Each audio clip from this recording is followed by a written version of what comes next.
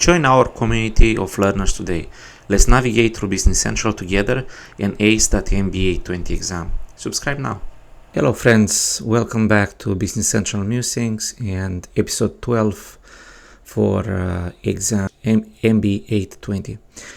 The topic for today is working with entitlements and permission sets in Dynamics 365 Business Central. What I prepared for you guys, I found a blog of one of Microsoft employees, Dmitry Chadayev, working in the Business Central team, and he put together a nice blog a few years ago, a lot of years ago, about what entitlements are for Business Central. And for those that have experience with Dynamics NAV, remember, or the Business Central on-premise, remember that you have access to Business Central or Dynamics NAV if you purchased a license, and to assign the license, you would have to get an FLF file from your partner, and the license would be loaded on the server, and that way you get access. Your users get access to Business Central on-prem or Dynamics NAV. But this license file concept disappears when we talk about Business Central Online, and the concept that's replacing that license file concept is called entitlement. And from that blog site from Dmitry, what I captured is the definition of what an entitlement is: permissions that describe which objects a customer is entitled to use according to their Azure Active Directory role or the license they purchased from Microsoft.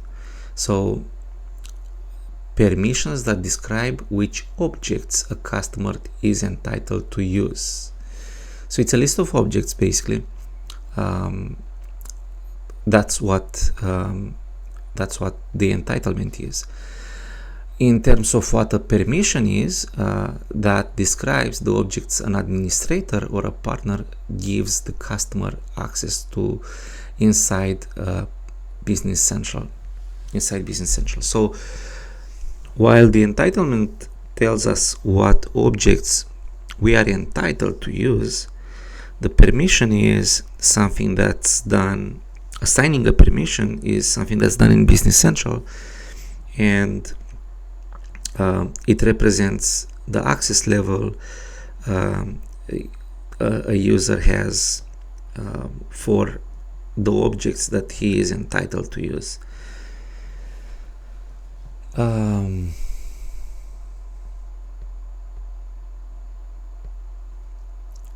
In Business Central on-premises, the first category, which is the entitlement, is implemented in a license file, FLF. That's for Business Central on-premises. For Business Central on-premises, as I mentioned, we don't have entitlement, we have a license file. And that license file contains a per object definition of the access, matching what the customer has purchased. In Business Central Online, the license file is not used for defining purchased access to the objects. Instead, the entitlements are used. The way the entitlements are designed is through tables. So, for example, if you had access to, if you were to restore a Kronos database that's coming with a certain version of Business Central, for those that have access to such a package, you would find somewhere in the package, in the installation package, a back file That's basically the SQL database backup for the demo database that's provided by Microsoft with every Business Central version. And if you were to restore that database and you would navigate to the database with maybe SQL Server management, you would find within the database two tables, entitlement table and entitlement set table. The entitlements are stored in the entitlement table, whereas the groups of entitlements are stored in the entitlement set table. But we know from the definition of an entitlement that an entitlement is connected to a license. So how does that happen in like in design? In design, there is a table called membership entitlement, and that membership entitlement basically connects a service plan, an Azure AD service plan. What's connecting an entitlement set to a license or to Azure AD service plan or to an Azure role is the table membership entitlements. If you want to see what type of licenses you have or what type of service plans you have, go in BC in license configuration and page, and you'll see a list of service plans or configurations, license configurations. So for example, for roles that are assigned to the partners, like global administrator or admin agent or help desk agent, we have the licenses delegated admin agent or delegated help desk agent or delegated BC admin agent. We also have premium license, and we have somewhere here essential license, Business Central essential license. The user group plan table in that database that you would restore from a Business Central installation kit. And if you were to restore the Kronos database, you would find the user group plan, which is the mapping between, it serves as the mapping between the service plans and user groups. User groups are a concept that's coming from Microsoft 365, where you group the users in groups, and you can bring those groups in BC with an action that's, I think, on the users page.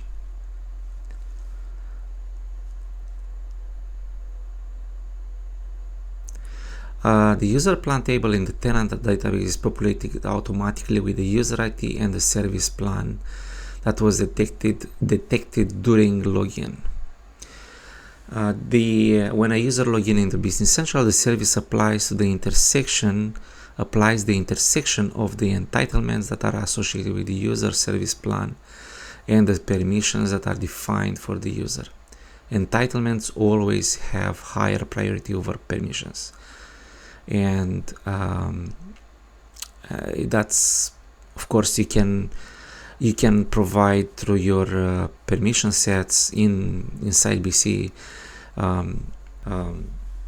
You might get access through your permission sets to manufacturing area, but if your license doesn't cover manufacturing, then you won't have access to manufacturing area, though your permission set has objects from the manufacturing area inside the permission sets. The central page that gives you a visual of permissions and entitlements is the effective permissions page that is accessible from the user's card. Another thing that I wanted to mention to you guys is that examples of entitlements are specified on the Business Foundation app. I have the link here. On GitHub, under BC Apps, we have Business Foundation. If we look at Business Foundation, under App, we see entitlements, and we can scroll through a few to see how Microsoft designed these entitlements. For example, Azure AD Application API is application type equal application scope. ID is API read write all, and object entitlements is made up of Business Foundation admin permission set. So all the entitlement objects have a name. They have a type, and the type can be, we'll see in the next examples, could be of different types. It has an ID, and it has a set of permission sets under the property object entitlements. Let's look at this one, application automation, AD application automation. This one has also application scope, and the entitlements, object entitlements, is the same as before. Infrastructure, Business Central infrastructure, is of type application, whereas the previous one was application scope. This one is type application. We can look at delegated admin. It's a role, its type is role, and role type is delegated. And then object entitlements, this entitlement has needs the permission set Business Foundation admin. We can look at a few more. Another one that's of type role. You will be tested in the MB-820 about the types of an entitlement, so that's why I kind of go through these ones and see what other types you can see. You can see a per user service plan, role again for partner, again role, per user service plan. This is a BC device concurrent user service plan. Is this type? Is this time the type? These are for device users, group name device users. Concurrent user service plan. This time the entitlement is embedded. Essential, per user service plan, per user service plan. Let's see, per user service plan. Role again, internal administrators, and per user service plan. So these are the entitlements that Microsoft manages the access to its own code, which is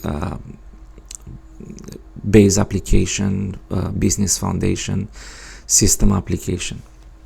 Now, if you were to create and those are basically some examples I copied here, like for help desk agent, type is role and role type is delegated, and this is a permission set that the entitlement is using. For ISVs or for apps from app source, you need to use the per user service plan and for the type, and this is for a license, premium license. For a device license, you use the concurrent user service plan. Again, all plans for BC are under the license configuration page. We saw the page in the previous slide here. This is for how the entitlements are designed by Microsoft. What about us designing an entitlement? Let's look at I have a GitHub repository, and I have here a few examples. For example, If I have my own app and I publish my own app in app source, I also have a table, my table in my app. Let's have a look at it. It's really not important what it contains. It's just the fact that we want to make sure we have, for different entitlements, access to that table. So we write a permission set first, which we give access to this new table, my table, read, insert, modify, and delete, direct access to my table, and we put that assignable equal false. That makes it not viewable. You won't be able to find this permission set when you go to permission sets in BC after we deploy our app. If it's assignable equal false, you won't see it. To make it to find it, you need to make this assignable equal true. And of course, your app needs to be installed in published and installed in the tenant. But then we have an entitlement here, and the entitlement is of type per user service plan. Remember, this is for ISVs. This is the ID of the entitlement, and this is connected to the license that is assigned to the users that will have access to your app. And under object entitlements, we add the permission set 1, which we defined here.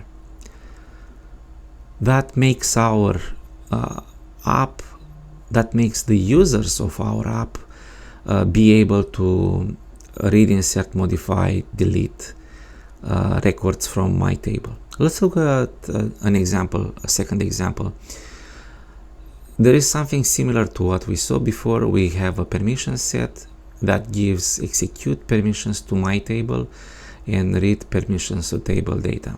And again, assignable is false. Then we have a permission set, my offer license permission, which is also not assignable through permission sets, through the user interface, through BC web client. We have a permission to read, insert, modify, and we include the my free license permission, which is this one, which makes it which gives us, basically gives user access to execute the table and give access to my table, the read access, which we get through here. Then we have a BC unlicensed. The type is unlicensed, and we give the my free license permissions, which only gives us access to execute the table and read from the data. We also have an entitlement for per user offer plan. This is another type. We haven't seen it yet, but you can have a per user offer plan, and then we assign another permission set, which is my offer license permission, which is this one here. Then we also can have a custom entitlement, which is going to use a different type of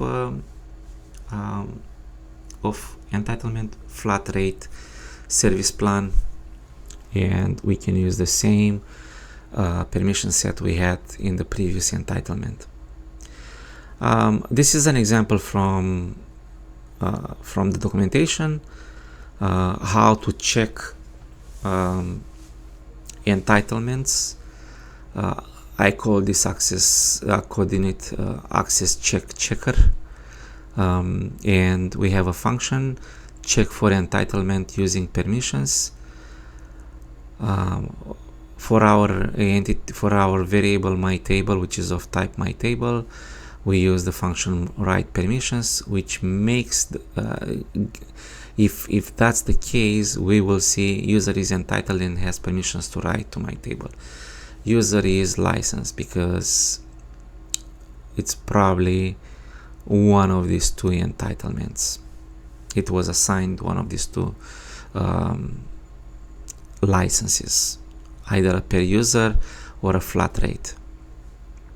Then if we can't write, well, we might have the read permission. User is unlicensed. Because user is unlicensed, it only gives read permissions. Or we might not even have read permissions. We do not know if the user is licensed. Basically, that's what's going to come here too. So it's a license that we haven't been covering with these two entitlements or three entitlements. Then there is a function here, a procedure check for entitlements, and we can check for entitlements using the nav app object. Is unlicensed. We check them. We use the function is unlicensed, and if it's true, then we just determine that the entitlement is BC unlicensed. So one way to make sure the users using your app are allowed to use it is through entitlements.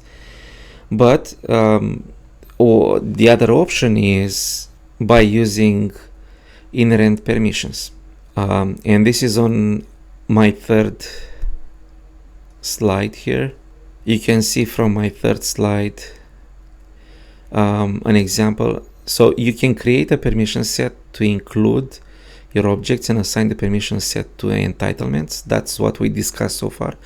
But the other option is to use inherent permissions. And that can happen in two ways. You can include the inherent permissions, the read inherent permissions, for example, here in the definition of your table through the property inherent permissions, or if you need the read access and you know the code that requires read access for your my table, then you can decorate the functions that are that need the inherent permission, the read access. You can use the inherent permissions attribute, which has a few parameters. One is the object type, permission object type. The second one is the target of this permission object type, which is your table, the type of the permission, which is read in this case, and the scope can be entitlement, can be permission, or can be both. Or we could have used this definition, this attribute inherent permission with the type, the object type is table data. The target of our inherent permission is my table, read access, and the scope is permissions. That's all I wanted to say about entitlements, permissions, and how to override the entitlements with inherent permissions. That's it for today. Thank you for being part of this lesson. I'll see you in the next one.